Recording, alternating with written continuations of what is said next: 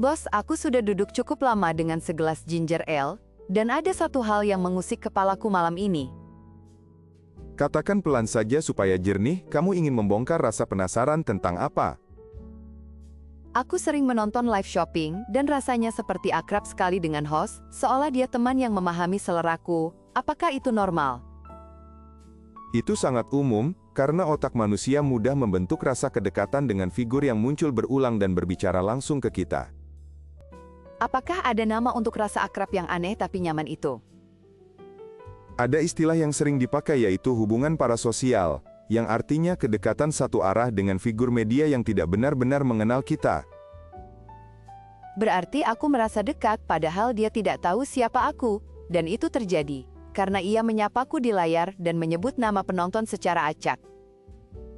Benar, dan ketika ia menyapa, tersenyum, dan menanggapi chat, otak menafsirkan sinyal itu sebagai kehadiran sosial yang hangat. Apakah kehadiran sosial itu yang membuatku lebih percaya pada rekomendasi produk selama live? Ya, dan itu salah satu jalur penting di live shopping, yaitu dari rasa hadir menuju kepercayaan lalu menuju niat beli, dan kadang menjadi pembelian impulsif. Aku jadi ingat malam lalu ketika host menunjukkan lipstik lalu berkata, warna ini cocok dengan kulit hangat seperti kamu. Dan aku langsung memasukkan ke keranjang. Itu contoh yang jelas karena kamu merasa dilihat dan dihargai sehingga filter kritis sedikit menurun, dan keputusan terasa aman. Kenapa live shopping bisa lebih cepat memicu keputusan dibanding toko online biasa yang hanya memajang foto? Karena live menghadirkan demonstrasi real-time, kesempatan bertanya, bukti visual, dan ritme percakapan yang memberi rasa yakin. Jadi, yang menggerakkan bukan hanya harga diskon, tapi juga suasana yang dibangun oleh host. Tepat sekali, dan suasana itu dibuat dengan cerita singkat, testimoni, sapaan nama, serta countdown yang menciptakan urgensi lembut. Apakah urgensi lembut itu sengaja disusun agar orang tidak terlalu lama menimbang? Ya, karena manusia cenderung menunda keputusan, dan sedikit tekanan waktu bisa membuat keputusan tampak lebih sederhana. Aku ingin memahami sisi psikologinya, agar tidak mudah terbawa arus, meski aku suka menonton, karena rasanya menyenangkan. Kita bisa uraikan menjadi 4 komponen, yaitu eksposur berulang, kehadiran sosial, kepercayaan, dan pengurangan ketidakpastian. Eksposur berulang membuat wajah host terasa familiar, dan nama produknya mudah diingat. Kehadiran sosial muncul ketika host menyapa, membaca chat, dan menjawab pertanyaan sehingga interaksi terasa dua arah. Kepercayaan naik ketika gaya bicara terasa konsisten dan ada penjelasan detail yang tidak berlebihan. Pengurangan ketidakpastian terjadi saat host mencoba produk, memperlihatkan tekstur, dan menjawab kekhawatiran umum. Aku juga sering melihat mereka membuat bundling dengan harga khusus untuk penonton live. Bundling memberi rasa nilai lebih dan membuat pembeli merasa keputusan itu cerdas, karena mendapatkan lebih banyak dengan biaya sedikit lebih tinggi. Apakah semua ini buruk, atau hanya alat yang harus dipahami? Ini seperti pisau dapur yang berguna jika digunakan dengan niat baik dan aman, tetapi tetap perlu keterampilan dan kehati-hatian. Kalau begitu, bagaimana caraku tetap menikmati live tanpa menyesal setelah check out? Kita susun satu kerangka sederhana yang mudah diingat bernama SAVE, sebagai panduan menonton dan belanja. Apa arti huruf S di SAVE? S adalah source, yaitu cek sumber penjual, brand, ulasan, kebijakan kirim, dan kejelasan kontak layanan. Lalu huruf A menandakan apa? A adalah asli, yaitu pastikan keaslian produk, garansi, dan bukti yang masuk akal, bukan sekadar klaim dramatis.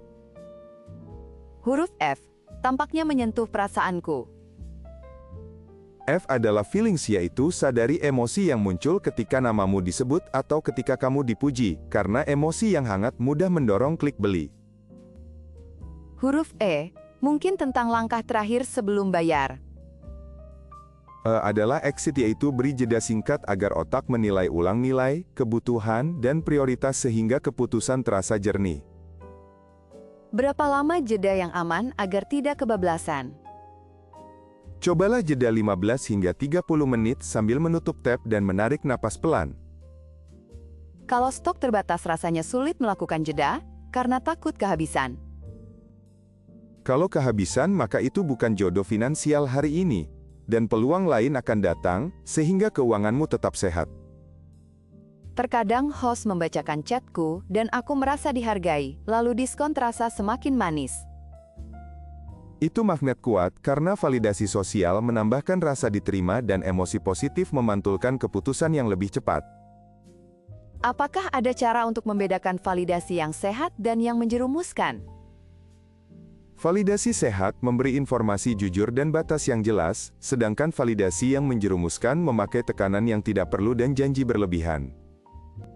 Aku suka ketika host menceritakan pengalaman pribadi yang relevan dengan produk karena terasa autentik. Cerita membantu otak merekam detail dan menghubungkan solusi dengan kehidupan nyata sehingga nilai terasa konkret. Namun cerita juga bisa membuatku lupa menghitung anggaran bulanan.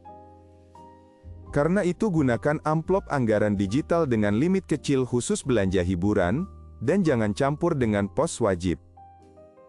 Aku tertarik pada bagian pengurangan ketidakpastian yang tadi bos sebut. Ketidakpastian turun saat ada demo jujur, perbandingan sederhana, dan transparansi soal return, sehingga risiko terasa terkendali. Kalau return sulit, maka keputusan akan terasa berat di akhir bulan. Maka pastikan sebelum live dimulai, kamu sudah tahu syarat retur dan biaya kirim, agar ekspektasi sesuai realitas. Aku juga ingin tahu mengapa countdown kuat sekali efeknya. Countdown mempersempit horizon waktu sehingga otak memprioritaskan hadiah segera dibanding pertimbangan jangka panjang. Apakah ada contoh kalimat yang nyaman untuk menunda tanpa merasa bersalah? Kamu bisa berkata, "Aku suka produk ini, tetapi aku akan mengecek kebutuhan dan kembali dengan pikiran jernih." Saat host menyapa dengan namaku, aku merasa spesial dan rasanya ingin membalas dengan membeli sesuatu. Itu wajar karena manusia ingin membalas kebaikan dan menyelaraskan diri dengan kelompok yang menerima dirinya. Jika aku ingin tetap hangat, namun rasional apa yang harus kupegang ketika chat semakin ramai?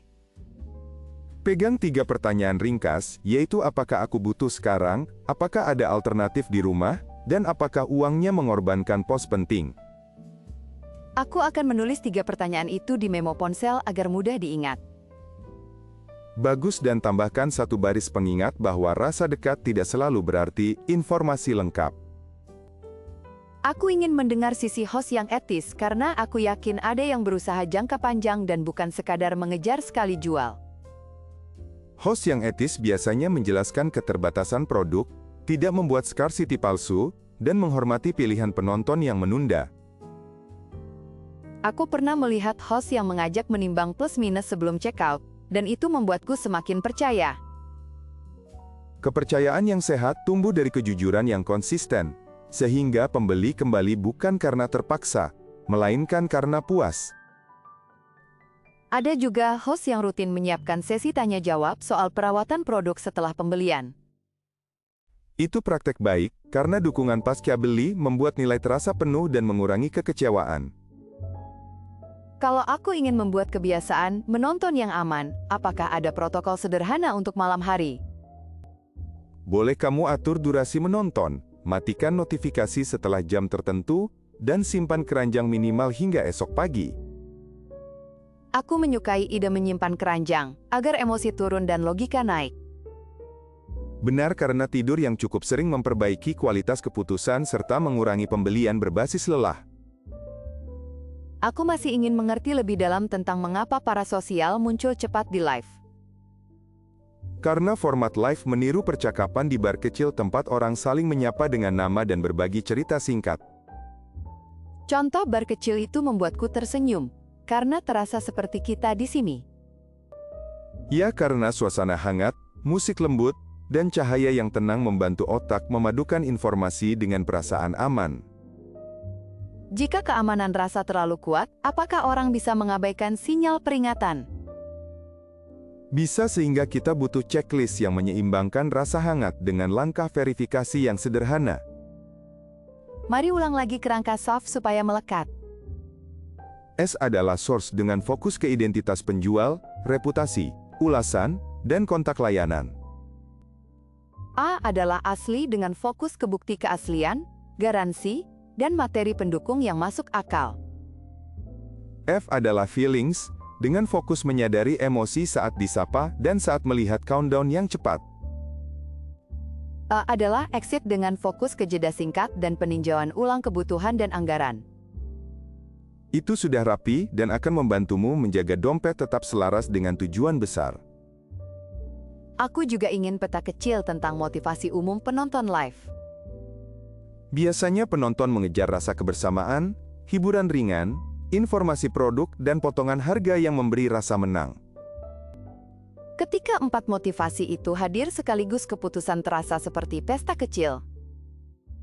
Karena itu host yang baik meracik ritme dengan sapaan, data singkat, demo jelas, dan tawaran yang tidak berlebihan.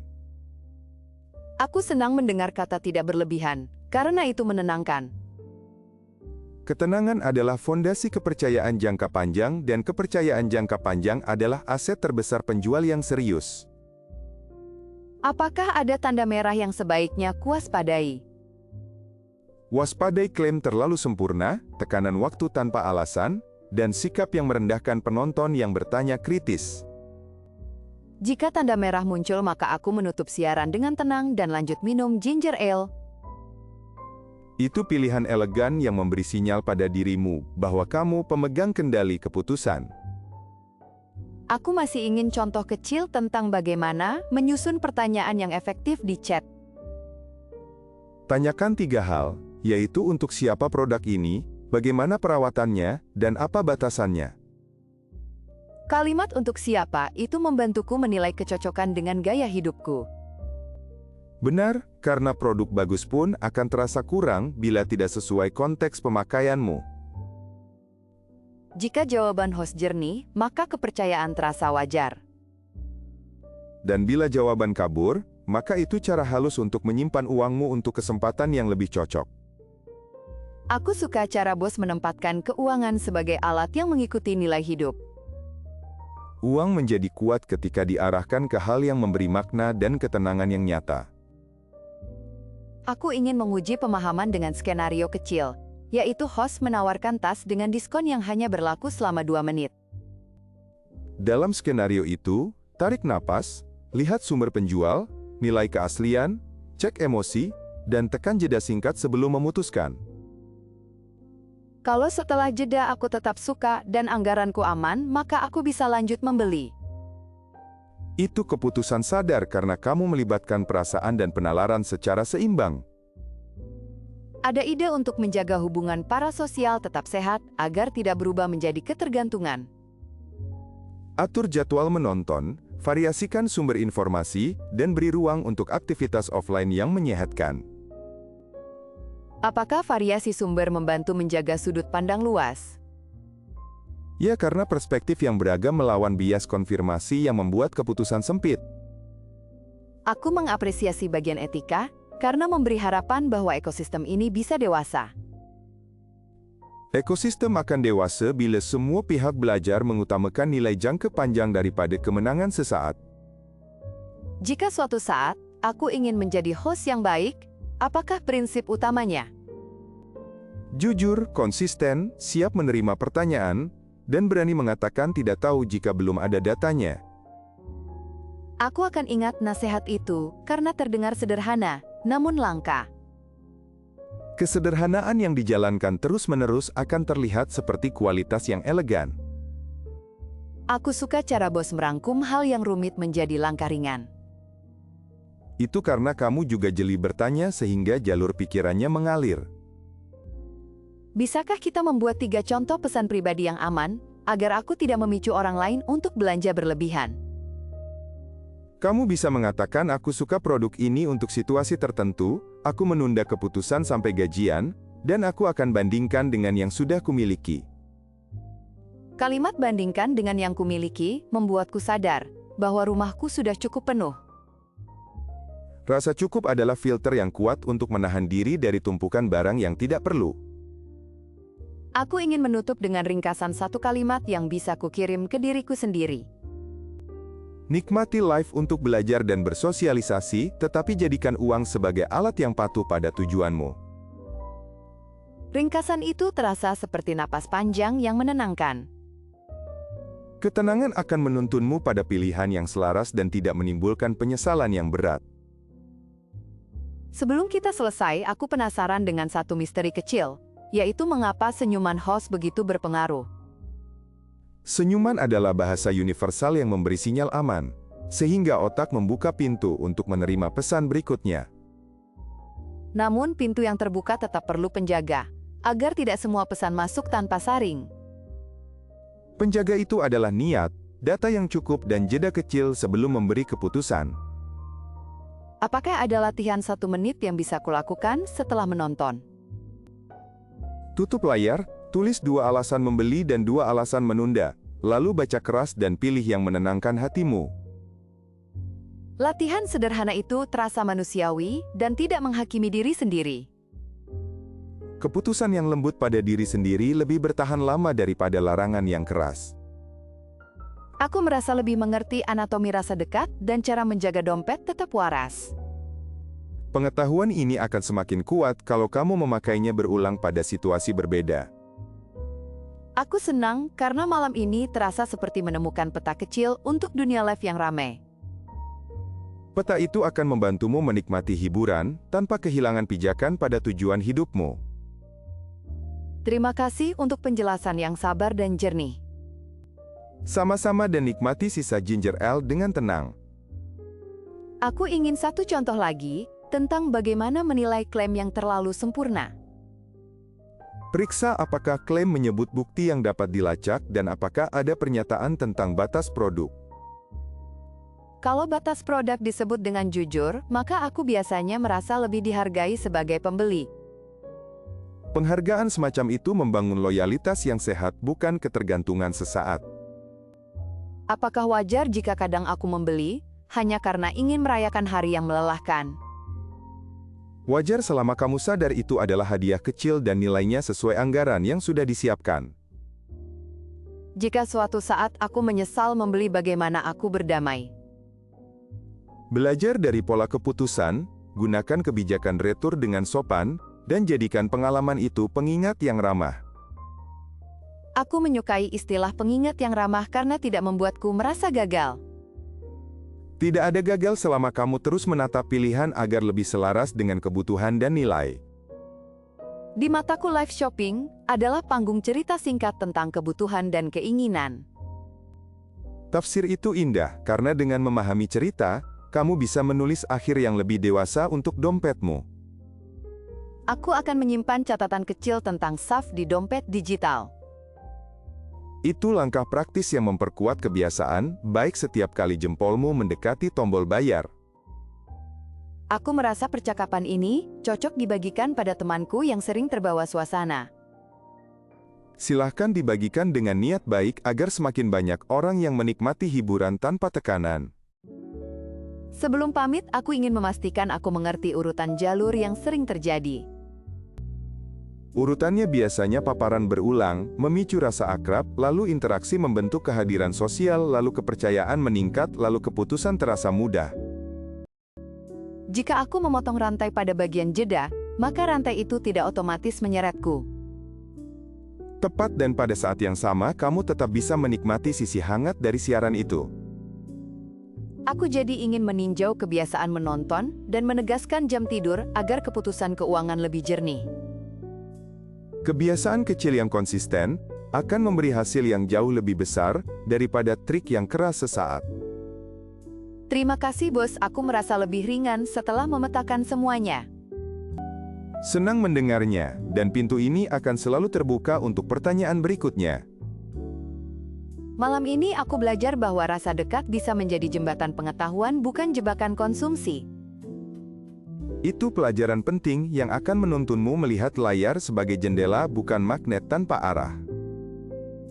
Aku akan pulang dengan kepala yang lebih terang dan dompet yang lebih damai. Selamat beristirahat dan semoga esok hari membawa pilihan yang menyenangkan dan bijak. Sebelum benar-benar pamit, aku ingin satu kalimat motivasi yang bisa kupegang saat melihat countdown. Ingat bahwa nilaimu tidak ditentukan oleh seberapa cepat kamu menekan tombol beli. Kalimat itu menenangkan dan membuatku tersenyum. Tersenyum adalah cara lembut untuk menutup percakapan yang panjang dan bermakna. Sampai jumpa bos, dan terima kasih untuk malam yang penuh pengetahuan. Sampai jumpa, dan jaga rasa ingin tahumu tetap hangat namun tenang. Aku akan kembali membawa pertanyaan yang lebih tajam dan hati yang lebih sabar. Aku menunggu dengan segelas ginger ale yang selalu siap menemani obrolan jernih.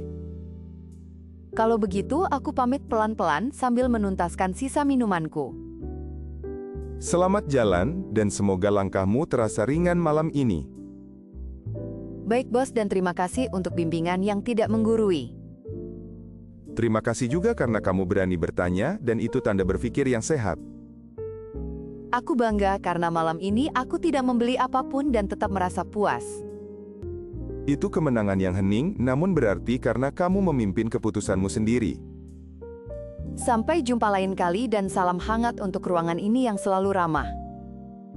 Sampai jumpa, dan semoga musik lembut malam ini tinggal sebagai kenangan yang manis. Aku melangkah ke pintu dengan perasaan syukur yang sederhana. Semoga perjalanan pulangmu aman dan nyaman.